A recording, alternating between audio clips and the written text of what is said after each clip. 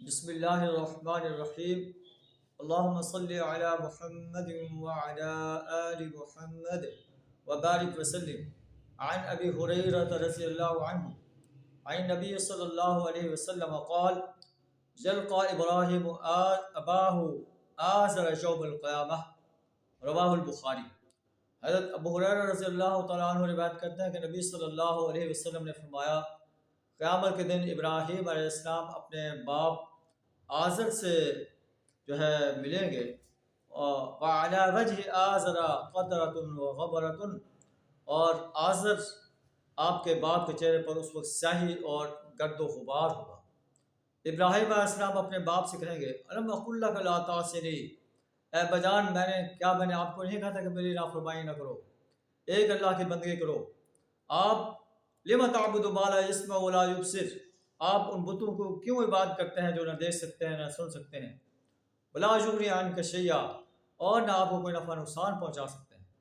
میں نے آپ کو کہا تھا اے بجان اتبعنی اہدک صراطا سویا، آپ میری اتباع کیجیے، میں آپ کو سیدھا راستہ دکھاؤں گا۔ اس وقت آپ کو باپ کہے گا فاليوم لا اعصیک، آج میں تیری نافرمانی نہیں کروں گا۔ ابراہیم علیہ السلام اپنے رب سے کہیں گے یا رب انک وعدتنی الا تخزنی یوم یبعثون، اے میرے رب تو نے وعدہ کیا تھا کہ تو قیامت میں مجھے رسوا نہیں کرے گا۔ اس سے بڑی رسوائی کیا ہوگی کہ میرا باپ وہ جہنم کا ایندھن بننے والا ہے۔ فیقول اللہ تعالی، اللہ ارشاد فرمائے گا انی حرمت الجنت علی الکافرین، میں نے جنت کو کافروں پر حرام قرار کر دیا ہے۔ چاہے تیرا باپ ہے لیکن اس نے میری وحدانیت کو تسلیم نہیں کیا، آپ کی رسالت کو تسلیم نہیں کیا، جو حساب کو تسلیم نہیں کیا، تو یہ جہنم کی آگ میں جائے گا۔ تو ثم یقال یا ابراہیم ما تحت رجلیک، اے ابراہیم آپ کے پاؤں کے نیچے کیا ہے؟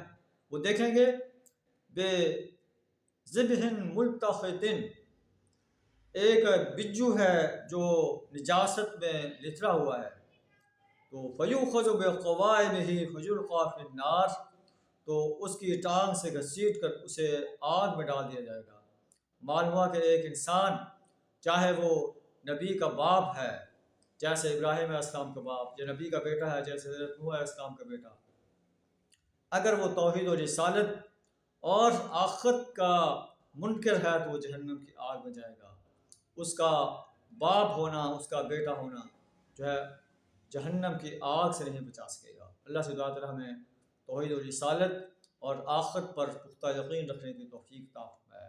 وآخر دعوانا الحمد للہ رب العالمین۔